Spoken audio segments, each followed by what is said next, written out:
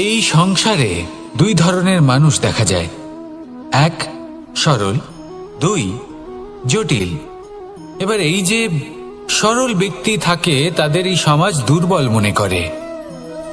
এমনিতে দেখতে গেলে জলও সরল, বায়ুও সরল। ওনারা যেদিকে চাইবেন প্রবাহিত হতে পারেন, এনাদের যে আকার দেবেন সেটাই ধারণ করবেন। কিন্তু এরা বাস্তব রূপ ধারণ করলে তখন কি হয়? এই জল এমন এক ধারায় পরিণত হয় যে অনেক বড় বড় পাথরকে খণ্ডিত করে দিতে পারে। এই বায়ু এমন এক চক্রবাতে পরিণত হয় যা সংসারে বিনাশ ডেকে আনে। তাই যে ব্যক্তি সরল তার সরলতাকে সম্মান করুন, তাকে সম্মান করুন, তাকে ভালোবাসা দিন। আর আমার সাথে ভালোবেসে বলুন, রাধা রাধা। এই সংসারে মানুষ জন্মগ্রহণ করেন, বড় হতে থাকেন, পুরুষার্থ লাভ করেন, অর্জন করেন। অর্জন করা আসলে কি? বেশিরভাগ মানুষ বলেন অর্জন করা অর্থাৎ ধন সম্পত্তি অর্জন করা। আর কি অর্জন করা যায়? আর কি লাভ করা যায়? আসল প্রশ্ন হলো এটাই যে কি এমন আছে যা বাস্তব রূপে অর্জন করার যোগ্য। তা হলো ব্যবহার, জ্ঞান এবং সন্তোষ। কেন? কারণ আপনি যখন এই সংসার ছেড়ে চলে যাবেন তখন আপনার ধন সম্পত্তি আপনাকে বিদায় জানাতে আসবে না। আপনাকে বিদায় জানাতে আসবে আপনার আপনজন, যাদের সাথে আপনার সুসম্পর্ক ছিল। সমগ্র সংসারে সহস্র মানুষ ধন অর্জন করে থাকেন। শ্রেষ্ঠ মানুষ হলেন তিনি যিনি ব্যবহার, জ্ঞান এবং সন্তোষ অর্জন করে থাকেন, একে সকলের মধ্যে বিতরণ করেন। তাই এটাই করুন আর আমার সাথে ভালোবেসে বলুন, রাধা রাধা। এই সংসারের আরম্ভ থেকে এখনো পর্যন্ত এবং ভবিষ্যতেও একটা যুদ্ধ আছে যা হয়ে চলেছে, চলতেই থাকবে। পাপ এবং পুণ্যের মধ্যে যুদ্ধ, সত্য এবং অসত্যের মধ্যে যুদ্ধ। এই যুদ্ধ চলেই আসছে। আর এই যুদ্ধে যারা লড়েন তাদের আমরা সবসময় জয় জয়কার করি। আর যারা এই জয় জয়কার করেন তাদের প্রত্যেকের একটা বিশেষ গুরুত্ব থাকে। যখনই কোনো যোদ্ধা যুদ্ধক্ষেত্রে ক্লান্ত হয়ে পড়ে, শক্তিহীন হয়ে পড়ে, তখন এরা জয় জয়কার করে, শঙ্খ বাজাতে থাকে। সেই যোদ্ধাকে অনুপ্রেরিত করে, শক্তি এবং সাহসে ভরিয়ে তোলে।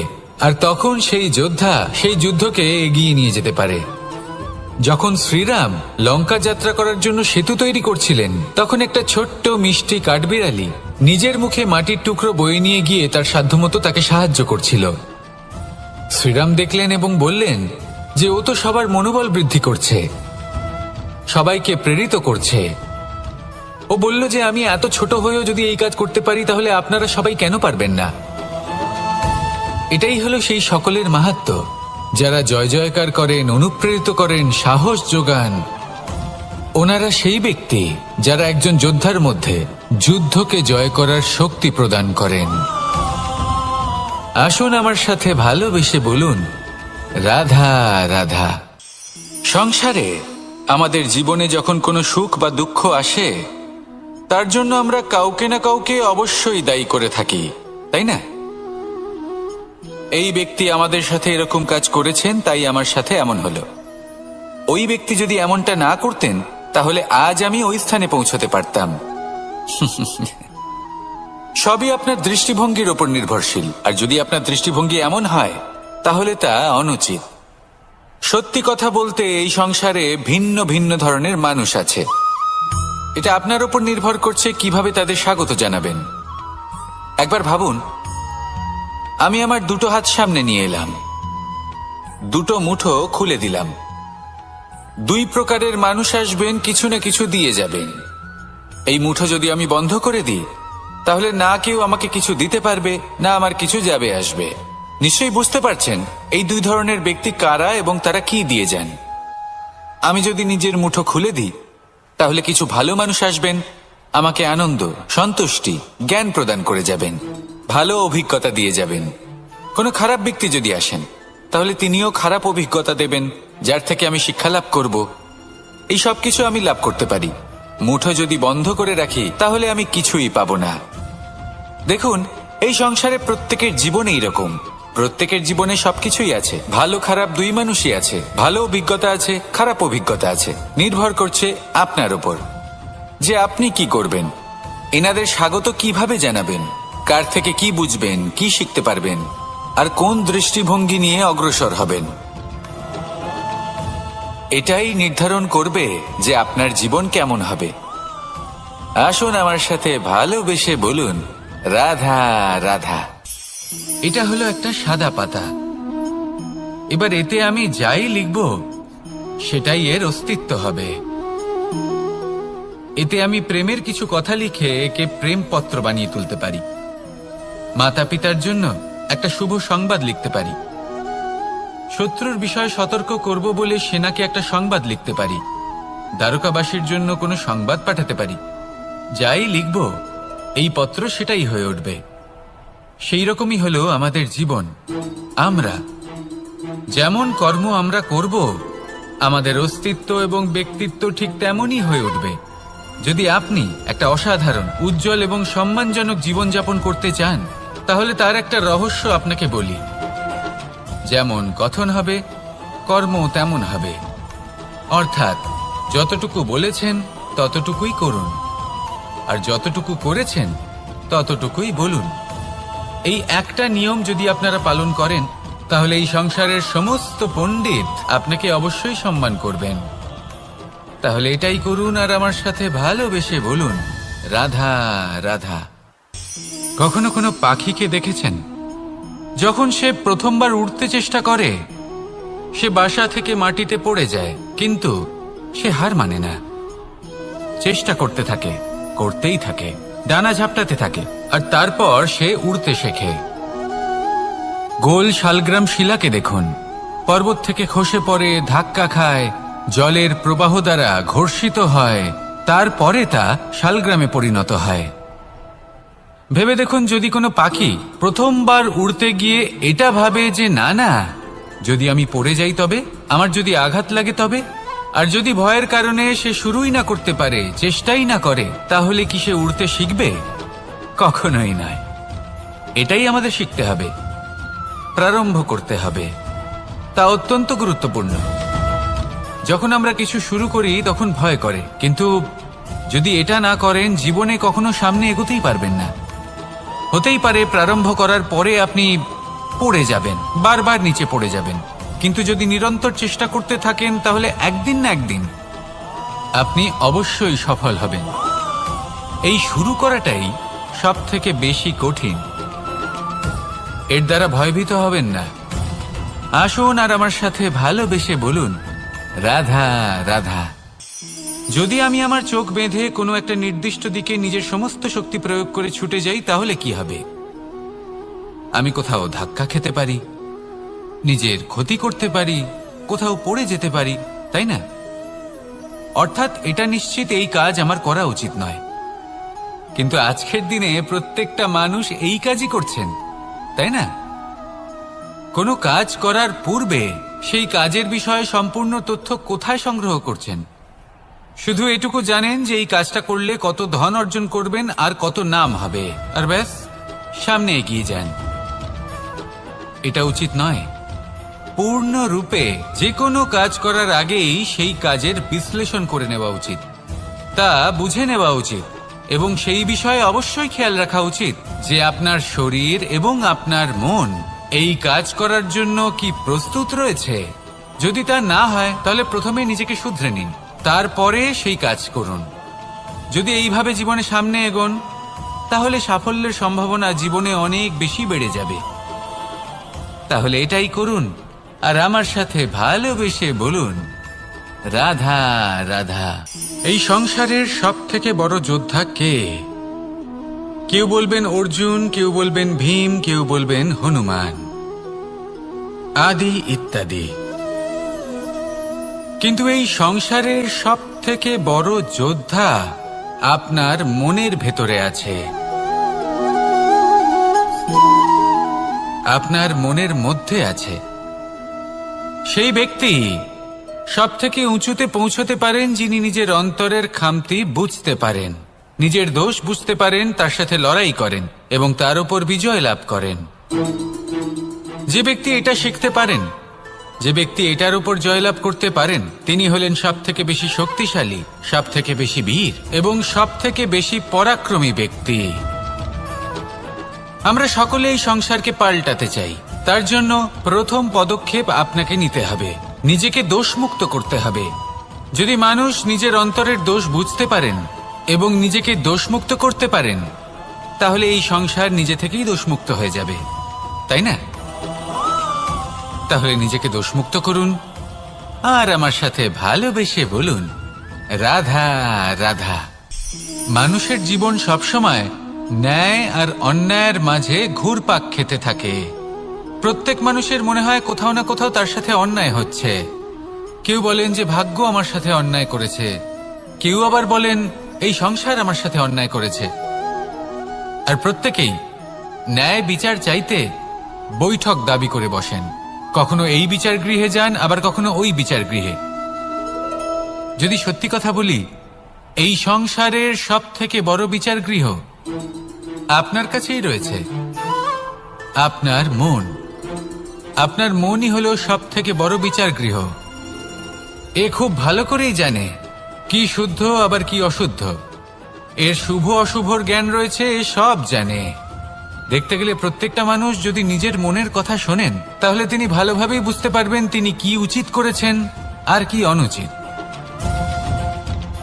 দিনে একবার রাত্রের নিদ্রায় যাওয়ার পূর্বে নিজের সাথে বসুন, চোখ বন্ধ করুন আর বিচার করুন আজ আপনি কি উচিত করেছেন আর কি অনুচিত। আপনার মন সঠিক বিচার তখনই করে দেবে। আসুন আমার সাথে ভালোবেসে বলুন, রাধা রাধা। আপনি কখনো কোনো পাথরের বুক চিরে বয়ে চলা কোনো নদী দেখেছেন? পাথর নদীর সামনে নত হয়ে যায়, তাকে বাধা দিতে চেষ্টা করে কিন্তু কখনো বাধা দিতে পারে না। এই নদী হলো ততটাই শক্তিশালী, কিন্তু এর আরম্ভ কোথা থেকে হয়? দূরে কোথাও কোনো পর্বতের চূড়াতে এক বিন্দু জল ঝরে পড়ে আর তার সাথে হিম গলিয়ে দেয়। তারপর জলের শক্তি বৃদ্ধি পায়, তারপর অনেক বিপদের সম্মুখীন হয় আর অনেক ধরনের বাধা সে অতিক্রম করে। তার শক্তির এতটাই বৃদ্ধি হয় যে তাকে বাধা দেওয়া একেবারেই অসম্ভব ব্যাপার হয়ে যায়। দেখুন, নদী তো মহান বটেই, কিন্তু তাকে মহান করে তুলেছে কে? সেই সকল বিপদ যার থেকে ও কখনো পালায়নি। সেইভাবেই আমাদেরও বিপদ থেকে পালিয়ে গেলে হবে না, তার সম্মুখীন হতে হবে সাহসের সাথে, পূর্ণ শক্তি প্রয়োগ করে। তবেই আমরা শিখতে পারবো, তবেই আমরা সামনে এগোতে পারবো। যদি আপনি জীবনে কুন্দন হয়ে উঠতে চান, তাহলে জ্বলন সহ্য করতেই হবে। আসুন আমার সাথে ভালোবেসে বলুন, রাধা রাধা। এ হলো গোলাপ ফুল। একে আমরা সকলেই চিনি। সমগ্র সংসার ভালোবাসে এই পুষ্পকে। এই ফুল দেখতেও সুন্দর। সবথেকে বেশি গুরুত্বপূর্ণ কথা হলো এর সুগন্ধ, যা দূর দূরান্ত থেকে ব্যক্তিদেরকে আকৃষ্ট করে। এই সুন্দর পুষ্প একটু মন দিয়ে দেখলেই দেখা যায় এর নিচে কাঁটা রয়েছে।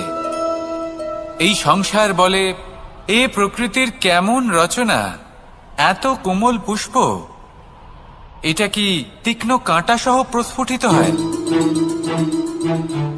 এটাই হলো জীবনের সত্য। আমাদের অন্তরের সদ্গুণ, সেগুলিও এই ফুলের মতোই সুন্দর। সংসারে সৌন্দর্য দেখতে পায়, এর সুগন্ধ চতুর্দিকে ছড়িয়ে পড়ে। কিন্তু এই সদ্গুণ জাগ্রত করে তোলার জন্য কঠোর পরিশ্রম করতে হয়, প্রতিনিয়ত চেষ্টা করে যেতে হয়। তাই জন্য যদি আপনি জানেন আপনার পথ উচিত কিন্তু তা কাঁটায় পরিপূর্ণ, তাহলে থামবেন না, চলতে থাকুন। একবার যদি অন্তরের সদ্গুণ জাগ্রত হয়, তাহলে এই সংসার এই সৌন্দর্য দেখবে আর সুগন্ধে আকর্ষিত হয়ে আপনার কাছে আসবে।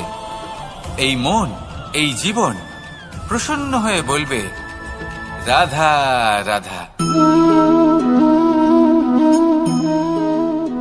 মোহনের বাঁশির এই সুর, এই সঙ্গীত কার না পছন্দ হয়, সবারই খুব ভালো লাগে। এবার এই সুর আসে কোথা থেকে? কেউ বলবেন কৃষ্ণের হৃদয় থেকে। সত্য কথা, এই সুর হৃদয় থেকে নির্গত হয় এবং প্রকট হয় এই বাঁশি থেকে। এই বাঁশিটাকে দেখুন, এই ছিদ্রগুলি দেখুন, প্রত্যেকটা সুর থেকে নিজস্ব একটা স্বর নির্গত হয়। এবার যে ব্যক্তি এই সমস্ত সুর এবং স্বর বুঝতে পারেন, এতে নিপুণ, তিনি এই বাঁশির দ্বারা যে সুর নির্গত করবেন তা তো মধুর অবশ্যই হবে। এবার জীবনের সাথেও কিছুটা এরকমই ঘটে। জীবনের কিছু নীতি থাকে, অর্থ, কুটুম্ব এবং আধ্যাত্মিক। যদি জীবনের প্রত্যেকটা মুহূর্ত সুখময় হয় এরকম আপনি চান, তাহলে এই তিনটি নীতিতে আপনাকে নিপুণ হতে হবে।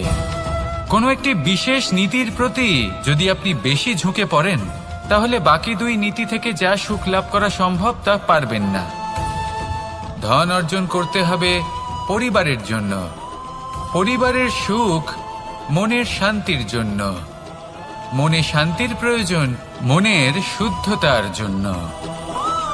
যখন এই মন শুদ্ধ হবে, জীবন শুদ্ধ হবে, পবিত্র হবে, সুন্দর হবে এবং ভালোবেসে বলবে রাধা রাধা। জল, এ হলো জীবনের আধার পঞ্চতত্ত্বের মধ্যে একটি, আর অত্যন্ত বিশেষ। এর থেকে অনেক বড় শিক্ষা পাওয়া যায়। এই জল, গন্তব্যের বিষয়ে এর স্পষ্ট ধারণা আছে। ও জানে ওর লক্ষ্য কি, আর প্রয়াস করে ততদূর সে পৌঁছেও যায়। এটি পর্বত থেকে বয়ে নিচে নেমে আসে, নদীর সাথে সমাহিত হয়ে তার সাথে বয়ে চলে, চিরসবুজ বনানী গড়ে তোলে, প্রাণীদের তৃষ্ণা নিবারণ করে, সামনে এগিয়ে চলে, মানুষের সাথে মিলিত হয়। যারা একে বাঁধের মধ্যে বেঁধে রাখতে চেষ্টা করে, সে বন্দি দশাতেও থেকে যায়, মানুষের কল্যাণ করে।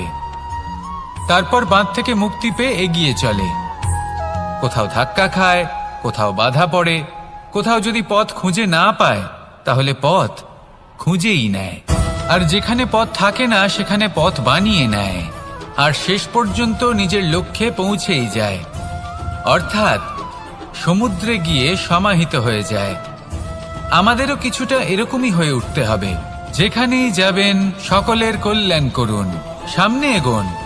আপনি কোথাও পড়ে গেলে, ধাক্কা খেলে আঘাত লাগবেই, উত্থান পতন লেগেই থাকে। সামনে এগোতে থাকুন। কোথাও পথ না পেলে তা খুঁজে নিন, কোথাও পথ না থাকলে তা বানিয়ে নিন। নিজের গন্তব্যের কথা সবসময় মনে রাখুন।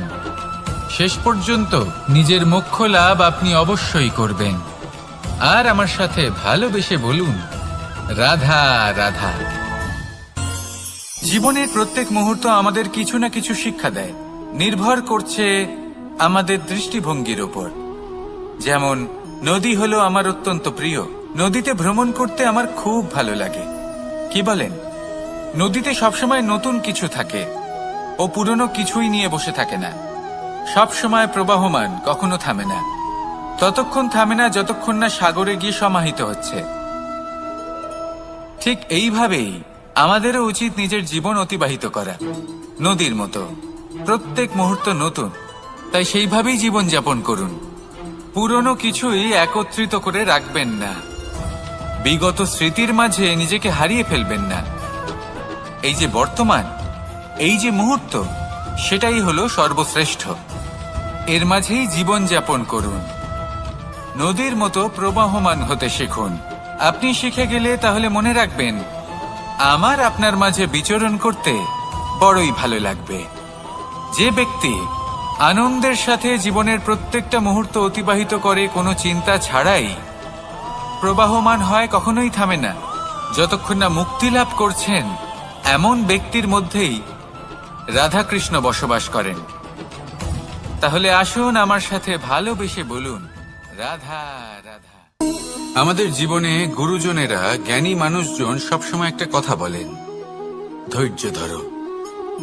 শুধুমাত্র দুটো শব্দ, কিন্তু কতটা বিশাল সেটা বোঝার চেষ্টা করুন। ছোট একটা অস্ত্র হাতে নিন এবং একটা বিশাল পর্বতে নিরন্তর প্রহার করতে থাকুন, ধৈর্য ধরে সেই কাজ করতে থাকুন। এমন একদিন আসবে এই বিশাল পর্বতে আপনি একটা পথ তৈরি করবেন। কোনো ধনুর্ধর যখন নিজের বিদ্যা অর্জন করেন তখন তাকেও ধৈর্য ধরতে হয়, তার নিজেকে সময় দিতে হয়, তবেই সে ধনুর্বিদ্যা শিখতে পারে। সেইভাবে আমাদের জীবনেও ধৈর্য ধরার খুব প্রয়োজন। পরিবারে ধৈর্য রাখতে পারলে তাহলে আস্তে আস্তে দেখবেন প্রেম বৃদ্ধি পাচ্ছে। সমাজে যদি ধৈর্য রাখতে পারেন তাহলে আস্তে আস্তে এই সমাজ আপনাকে সম্মান করবে। যদি নিজের জীবনে ধৈর্য রাখতে পারেন তাহলে নিজে থেকেই আত্মবিশ্বাস বাড়বে, নিজের বিকাশ হবে। জীবনে সবই সম্ভব যদি ধৈর্য রাখতে পারেন। হয়তো আস্তে আস্তে হবে, কিন্তু হবে অবশ্যই। শুধু ধৈর্য রাখুন, কারণ ধৈর্যই সব থেকে বড় পুঁজি। আসুন আর আমার সাথে ভালোবেসে বলুন, রাধা রাধা। আমাদের জীবনে যখনই আমরা কোনো বড় দায়িত্বের সম্মুখীন হই তখন আমরা তার থেকে দূরে পালাই, আর এই অজুহাত দিই যে না না, এত বেশি ভার বহন করার যোগ্যতা আমার নেই, আমি করতেই পারবো না। দেখুন, এই সংসারে ভিন্ন ভিন্ন ধরনের গাছ আছে, ছোট গাছ, বড় গাছ, কিন্তু বটগাছের মতো বড় এবং নিবিড় গাছ আর একটাও নেই। সে নিঃস্বার্থভাবে এই সংসারকে সেবা করে যায়, ছায়া প্রদান করে, শীতলতা প্রদান করে। আর যখন এমন সময় আসে যখন তার ওপর বোঝা অত্যন্ত বেড়ে যায়, সে কিন্তু কোনোভাবেই ভেঙে পড়ে না। তখন সে নিজের নিঃস্বার্থ কর্মের ফল লাভ করে, সেই নিঃস্বার্থ কর্ম যা সে করেছে। তার দেহ থেকে ছোট ছোট ঝুড়ি বার হয় এবং তা কাণ্ডের আকার ধারণ করে। সেই কাণ্ড মাটির কাছে পৌঁছয় এবং তারপর তা বটগাছের সহায়ক হয়ে ওঠে। সে ভেঙে পড়ে যায় না। এইভাবে আপনিও জীবনে নিঃস্বার্থভাবে সবার সেবা করুন, ভালোবাসুন, সবাইকে সাহায্য করুন। যেদিন আপনার ওপর বোঝা অত্যন্ত বেড়ে যাবে সেদিন এই সব মানুষ আপনাকে সাহায্য করার জন্য আসবেন, আপনার শক্তি হয়ে উঠবেন, আর আপনি বটগাছের মতোই মহান এবং বিশাল হয়ে উঠবেন। আসুন আর আমার সাথে ভালোবেসে বলুন, রাধা রাধা। একটা শব্দ আছে, পরিস্থিতি। অনেক মানুষের মুখে আমরা এই শব্দ শুনি। জীবনে যখন অসফল হই, দুঃখ আসে, সংকট আসে, কোনো বিপদ ঘনিয়ে আসে, তখন সমস্ত দোষ আমরা পরিস্থিতির ওপর চাপিয়ে দিই। আর দেখতে গেলে কোথাও না কোথাও ঠিকই করি। এই পরিস্থিতি প্রত্যেক দিনের মতো পাল্টাতে থাকে, কিন্তু এই দিন, এই রাত, এমন কেউ আছেন যিনি এর ওপরেও নিয়ন্ত্রণ সাধন করেন, আর তিনি হলেন সূর্য। ঠিক সেই রকমই আমাদের জীবনেও সূর্য হলো এই মন। যদি এই মনের উপর আমরা নিয়ন্ত্রণ করতে পারি তাহলে আমরা জীবনকেও নিয়ন্ত্রণ করতে পারব। প্রথমে এই মনের রাজা হয়ে উঠতে হবে। তাই মনে রাখবেন, যদি মন দুর্বল হয় তাহলে পরিস্থিতি আমাদের সমস্যা বলে মনে হবে। এই মন যদি স্থির হয়, পরিস্থিতি প্রতিস্পর্ধা বলে মনে হবে। আর এই মন যদি শক্তিশালী হয়ে ওঠে তাহলে যে কোনো পরিস্থিতি আপনার কাছে একটা সুযোগ মাত্র, এমন এক সুযোগ যাতে অগ্রসর হয়ে আপনি মহান হয়ে উঠতে পারেন। এই মনের শক্তির বৃদ্ধি ঘটান, মহান হয়ে উঠুন, আর আমার সাথে ভালোবেসে বলুন, রাধা রাধা। খুব সুন্দর একটা কাহিনী আছে। একবার এক ব্যক্তি নিজের অসফলতার জন্য ত্রস্ত হয়ে সময় দেবতার তপস্যা করতে বসলেন। উনি তপস্যা করলেন এবং সময় দেবতা প্রসন্ন হলেন, মানুষের রূপ ধারণ করে ওনার সামনে প্রকট হলেন। এবার সেই ব্যক্তি ওনাকে জিজ্ঞেস করলেন যে কি এমন আছে যার জন্য আপনি বারবার জয়ী হন আর আমি চিরকাল পরাজিত হয়ে থাকি? কেন এত পরিশ্রম করা সত্ত্বেও আমি সাফল্য লাভ করতে পারি না?